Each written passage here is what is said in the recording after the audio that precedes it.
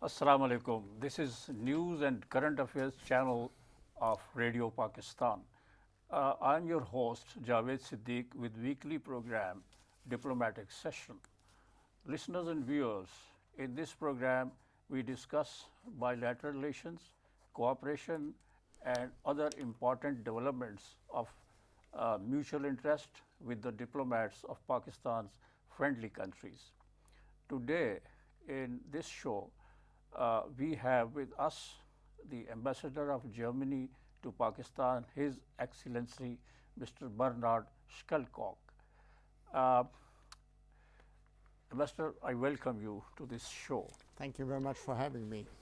Thank you very much. And my first question is that Pakistan and Germany have been development partners for the last 70 years, and that is the period scanning our diplomatic relations. So, how do you look at this relationship between Pakistan and Germany in the last 70 years? Well, I think we have very amicable and friendly relations for almost 7 decades. I mean, the exact date of the establishment of our diplomatic relations is the October the 15th. And we have already started a series of events around the October 15th. There was a kickoff visit of a German Navy vessel quite recently. Very recently, yeah. Yes, in Karachi. We had a German business delegation here over the last 4 days in Karachi and in Islamabad. The German Foreign Minister was here just the week before. Foreign Minister Qureshi went to Germany, and the Chief of the Army Staff earlier this year. So I think we had already a quite dense net of bilateral contacts and engagement, and I think the word that encompasses it is very much it's a friendly, amicable relations over 7 decades. Yes, there were some ups and downs, predominantly during military rule in Pakistan.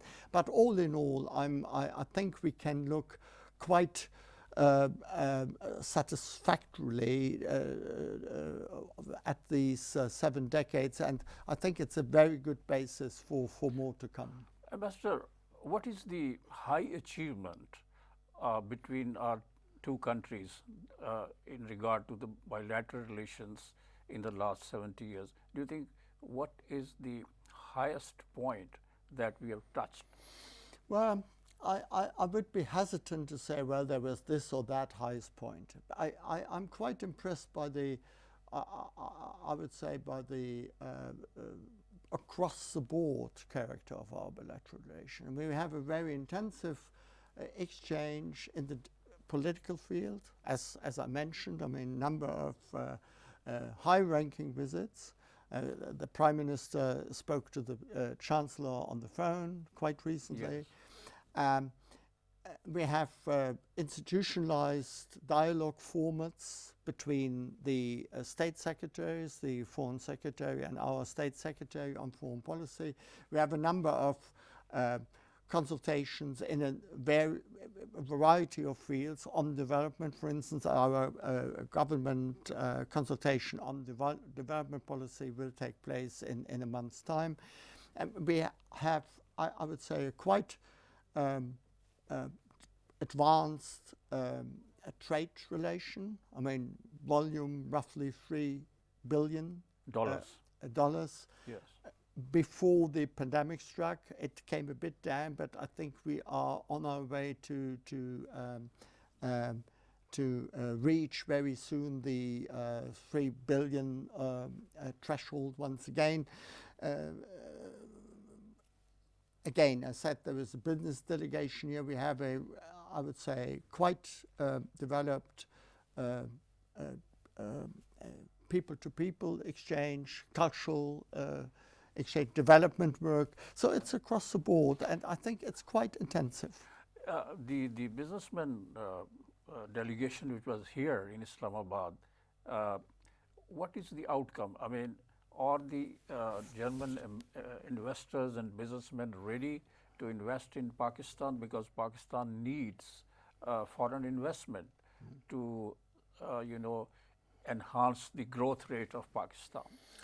Well, let me say, I mean, there is a stock of roughly, I would say, 400 million euro investment in Pakistan. But I agree, there is an upside potential. And that is the reason why we brought in this delegation. I mean, we started with a series of visits of business delegations here before the pandemic. That was somewhat hampered by the pandemic. Now we resumed that. And I think this delegation, I mean, made up of blue chip companies, but also, which is very important for Germany, as you know, medium-sized companies. So I think a very good mixture. They came here to discuss with major Pakistani stakeholder in the economic field in Karachi and here in Islamabad about prospects of the Pakistani economy, but also investment possibilities. And I think all in all, these were very fruitful and very productive talks.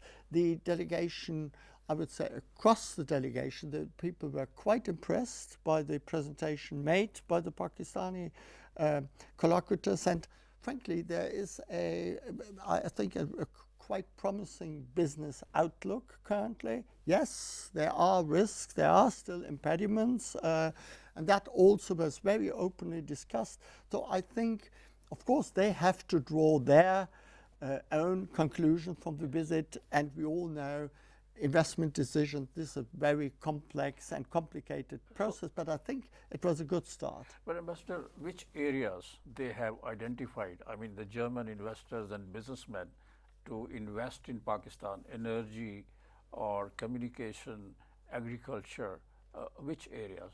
Well, as I said, this was a mixed bag from all quarters of German business. I mean, there were representative of Lufthansa, there were representative of engineering companies, there were representative of agro-tech companies. So it was a bit across the board. Right. I think we want to develop it into communications or interactions between more specialized, branch-oriented businesses. We will do that. Yeah, you mentioned Lufthansa. Yeah. What are the prospects of the German airlines starting operation between Germany and Pakistan? Well, I would say they showed an interest. They are in consultation. I think they will, as far as I understood them rightly, I think they promised to come back to have I would say more focused discussion with the aviation people in Pakistan, and I think it's we are on a good path, but no decision has made yet. Yeah. Quite a sizable Pakistanis living in Germany. How do you look at their role in the development, economic and social development of Germany? Their role is positive or otherwise? Absolutely. I mean, this is an area that's very close to my heart, people to people, because that's the backbone of bilateral relations. I mean, when we want to, when we want to make societies as ours come somehow closer together and to understand each other better, and perhaps even cross-pollinate, then I think it's absolutely necessary to bring people together. That's what we're trying to do. Academic and research exchanges, tourism is also students. I mean, there are roughly 5,000 students, Pakistani students in Germany. In Germany, yeah. In Germany, some Germans are here, and very importantly so, and I can only subscribe to what you said, the role of the Pakistani community in Germany, roughly, I would say 70,000, mostly traders, business people, I think they are rendering a really important contribution to the community, and that is, I think, likewise very important. They are a bridge towards between our two between countries. Germany and Pakistan. Absolutely, they are, I think, very important to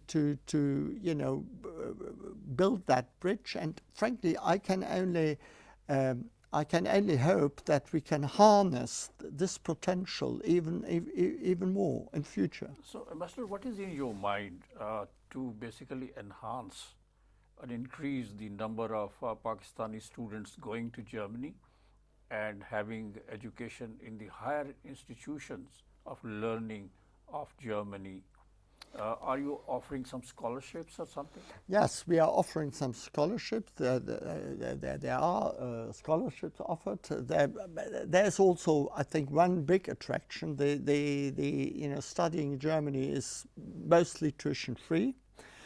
That is a big difference to other, I would say, academic institutions in, let's say, in the UK or US. And I think, secondly, I mean, a number of courses, a number of academic programs are being conducted in the English language. So that is also a sort of incentive for Pakistani students.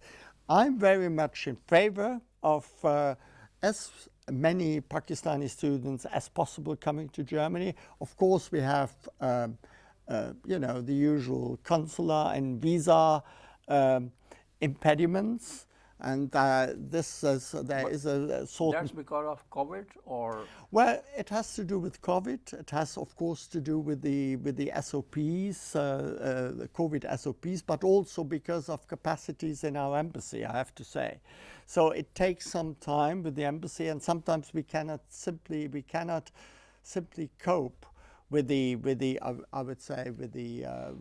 volume of applications, but we tried to mend our ways and means in the visa section, and we hope to be able to serve the Pakistani students and their aspiration to study in Germany. Ambassador, you mentioned the visit of German Foreign Minister to Islamabad. The focus was Afghanistan, or it was also bilateral relations. Afghanistan is now, in a crisis situation. So are Pakistan and Germany on the same page as far as Afghanistan is concerned? Well, let me say first, yes, Afghanistan was one of the main planks, but also bilateral relations. I mean, 70 years, and so I think both ministers also took stock of our bilateral relations.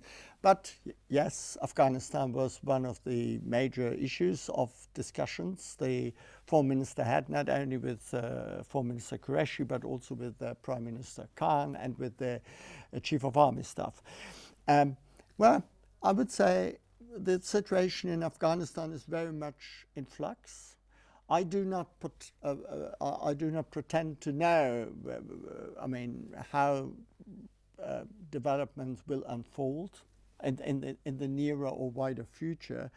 What is certainly true is that the Taliban are as much a reality in Afghanistan as the, I would say, precarious humanitarian and economic situation of the country. So we have to deal with that. And I think the international community and Germany, as a responsible part of the international community, we are willing to do so. Whether that means, as Foreign Minister Qureshi has put it, that the West has to discard its previous lenses, that is perhaps debatable. I think it has very much to do with the fact whether the Taliban are willing to discard their old lenses. And here I think the jury is still out. Ambassador, is Germany seriously contemplating and thinking to give recognition to this interim Taliban government, or you have your reservations about it? Well, I think this question is clearly for us premature. I mean, yes, I think there is a necessity to engage with Afghanistan, with the Afghan people. Also, I mean, as I said, we have to accept that the Taliban are a political reality. Yes. And of course, and you have seen it during the Geneva Humanitarian Conference last Monday, of course, we are willing to engage with Afghanistan, still on a humanitarian footing and so. I don't think that for the moment the question of recognition is, I would say, on the agenda. And we keep on saying, and the foreign minister said it here in Islamabad, we want to judge the Taliban actually by their deeds, by their actions, not only by their words, which so far are, I would say, acceptable. Right. Some of the Western countries, including the United States of America, they have their reservations with regard to Taliban's policies on women, on education, on media freedom, and these kinds of. So do have we. I mean, so do have we. I mean, as I said, I think very much has to do with the fact whether the Taliban change and shift their policies, as in the parlance of Foreign Minister Qureshi, whether they discard their old lenses. And these old lenses, at least, they were not acceptable when it comes to human rights, the treatment of women and girls, the question of representative governments. So, I mean, as I said, the jury is still out. Right. In the Geneva conference, some countries have announced their contribution, economic and financial contributions for Afghanistan. So Germany is also contributing, and what amount? Well, we declared a contribution of 100 million euros. But we, I mean, that was not formally announced, but we are pondering to add to that another 500 million. All so right. By and large, it will be 600 million, but again, that has not yet been formally announced. Right. Some of the Afghan citizens who are opposed to the policies of Taliban in Afghanistan, they want to leave this country and they want to go abroad. And many of them must have sought to live in Germany. What is your policy with regard to Afghan citizens who want to go and settle in Germany? Well, we said we feel responsible not only, of course, for our German citizens, but often dual nationals, but of course we have a responsibility. We have to shoulder our responsibility for our German nationals. That's the first thing. Secondly, we said we have to take care of those Afghans, so-called at-risk Afghans, who used to work for German interests, either for the German embassy or for the German armed forces, which had been there for quite a while under the NATO umbrella, and for other German interests. I mean, German, for instance, our German broadcaster, German development work. So we felt a particular responsibility for those, and those Afghans who wish to settle to Germany, we were prepared to assist. That we did and are in a process of doing so. Then there is a third category, I would say a relatively minor category. These are vulnerable Afghans, journalists, human rights activists who worked in Afghanistan, but you know, in pursuance of our policy objectives. And most of them flew out. I mean, we had an airlift, the Bundeswehr had an airlift from Yes. Kabul to Germany. Now the Pakistani government is very helpful, and I have to give them really praise for that and credit in assisting Evacuation. in assisting evacuation by land via the Torkham border. And I can only thank the Pakistani authorities, Minister of Foreign Affairs, Minister of Interior, but also the security agencies for assisting us in that endeavor. Ambassador, how do you look at Pakistan's role in relation to Afghanistan, especially in bringing about stability, peace, and prosperity in Afghanistan? And at the same time, Pakistan wants the Western world, particularly the US and the European Union, to cooperate with the Taliban government and also to help them overcome the current crisis. Well, there is no denying that that Pakistan played a very positive role in bringing about the Doha process, and I think that is being acknowledged by the Americans and by others, and we also do certainly recognize that. There is, of course, I mean, in policy circles, an ongoing debate about role Pakistan played in the past. I do not want to enter that debate here.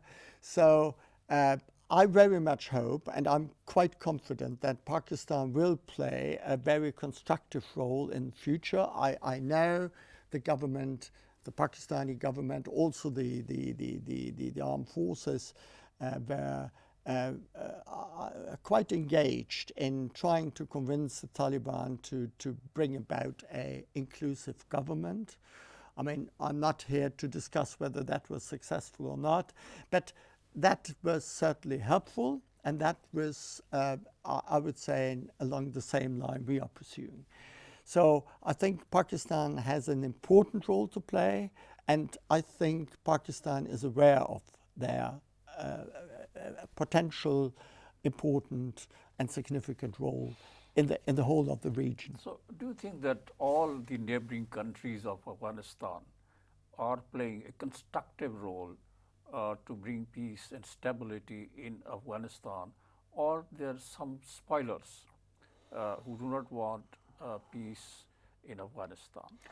Frankly, my reading of the situation is there is no country, among the neighboring countries of Afghanistan that is interested in instability.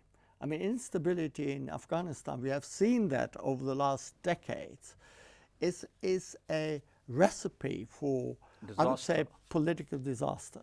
So I don't see any government really trying to spoil the thing. Yes, there are, of course, different interests yeah, and different perspective. That is understandable. That's normal. I mean, everyone looks after one's own interest first.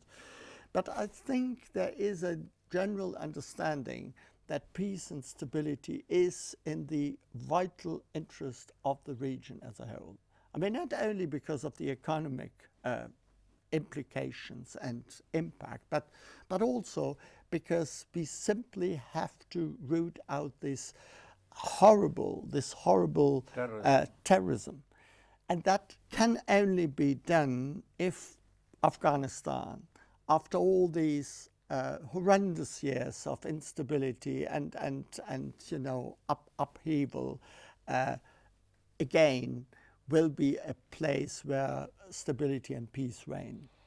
But countries around Pakistan and elsewhere express their apprehension that some of these sleeping cells of these terrorists in Afghanistan can be active again. And in order to prevent that from happening, we need to give economic, financial assistance to the Taliban government so that it stabilizes, and these terrorist groups who are there in Afghanistan, Al-Qaeda, IS and others, they do not become active again. Well, I think the question of terrorism emanating from Afghanistan and spreading around the region is still a very pertinent one. And yes, I think it's in the interest of everybody in the region to come to grips with that phenomenon and to see how to deal with that. And I think the government in Afghanistan, now a caretaker government, but at some stage perhaps a permanent government, will have a primary role in responding to the concerns and pleas of the international community. The inclusive government that is being discussed and debated at the international level, that there is a need to create an inclusive government in Kabul. What is the German perception about that inclusive government? Well, I think inclusivity of the government is key. I think that was, in my reading of what I've heard during the foreign ministers' talks here, that was also the perception here in Pakistan. I cannot see that the current dispensation we are seeing in Kabul would qualify to be inclusive. Frankly, it's quite the contrary. It's absolutely exclusive. I hope that will be remedied in the forthcoming days and weeks before the Taliban then form a, I would say, definitive and formal and permanent government. But I think that is that so far does not bode well for the I would say outlook in bringing about peace and reconciliation in Afghanistan, and therefore, as you put it rightly, I mean, create the basis for stability that would clearly rule out any kind of connivance with terrorism. Pakistan's policy on Afghanistan is that the Western world and the world at large should give some kind of recognition to this Taliban government so that it can stand on its feet and do the desired things. Well, I know this is apparently the position of the Pakistani government. We have to accept that. I don't think the German government, for that matter, is at least currently of the same opinion. We want to see how things unfold and develop in Pakistan first. As I said, I think we want to judge them by their actions, by their deeds, not only by their words, which so far are, as I said, by and large acceptable. But although we see a number of things, there's also the question of the centrality of the government. There are people saying, not necessarily my government, but there are people saying, you know, the Taliban, they're very fractious, and there is not a understanding of a single, I would say, government at all. Every fraction, everyone is doing what he pleased to do. So that, again, needs to be seen before you really engage with the government, whether they have a grip not only on, you know, this close circle in Kabul, but they have a grip on the rest of the country, which is, as we know, quite large. Yes. Coming back to our bilateral relations, Pakistan-German bilateral relations, the Prime Minister of Pakistan is very keen to make Pakistan a green country. You know, the massive plantation is going on, and Pakistan is also looking for cleaner energy. And Germany has an experience in the field of the solar energy, and can we expect that Germany will help Pakistan produce solar energy and will transfer some technology here so that we have that solar energy as well in Pakistan? Well, I mean, first of all, I have to really applaud the government of Pakistan for the, you know, the varieties of initiatives, particularly in the climate and environment field, and I think it's Pakistan can become a role model for, I would say, a green and a clean approach to nature and the environment. When it comes to solar energy, yes, we are engaged. Solar energy, I mean, can actually do both. On the one hand, they can provide decentralized power I mean, even to areas and regions which are not connected to the grid, the national grid. And secondly, and perhaps in the run-up to the Glasgow COP24, even more important, protect the climate at the same time. And yes, I mean, there's a lot of sun in, thankfully, in Pakistan. So it's fortunate that the potential of photovoltaic has been recognized and is increasingly used in Pakistan. We try to make a contribution for quite some time. The GIZ is very active. I mean, we have the main plank of our development work now is on the climate and renewable energy sector. There are a number of German companies working on that field. Here in Pakistan? Here in Pakistan. Yes. For instance, Siemens and others. Not, I mean, so much on the, actual panels. That's basically done by others. But, with regard to the underlying technology, solar thermal, power plants, digitalization, integration of photovoltaic power generation into the grid, and so on and so forth. And I think testament to it was a MOU that was very recently, I think last week, signed between Pakistan and Germany, particularly on that area. I mean, power generation and climate action. That was done in Berlin, as I said last week. Right. Some of the German automakers were interested in investing in Pakistan's, auto industry. Are they still prepared? Yeah, they are. I think there are ongoing talks. I would not love to talk about it in detail now, but I think we are on a good path. I think in a not too long and a not too distant future, we will see German car manufacturers coming back to Pakistan. Yes. Ambassador, Germany has been a development partner with Pakistan for a long period of time. How much, what is the volume of total investment in the last 7 decades? Well, I think we invested roughly 4 billion euros in development assistance to Pakistan over the last, it's not only, we started with our development work only in the late 60s. So it's not over the whole 7 decades, but I mean, a great chunk of it. And priorities and focus have of course been shifted in accordance to the priorities of the Pakistani governments, because we are not here to only to satisfy ourselves, but to work in tandem and in close cooperation with the Pakistani government. So currently the main plank lies, as I said before, with climate action and renewable energy, including solar, but also windcraft and others. And as I said, we recently signed a framework agreement on that in Berlin.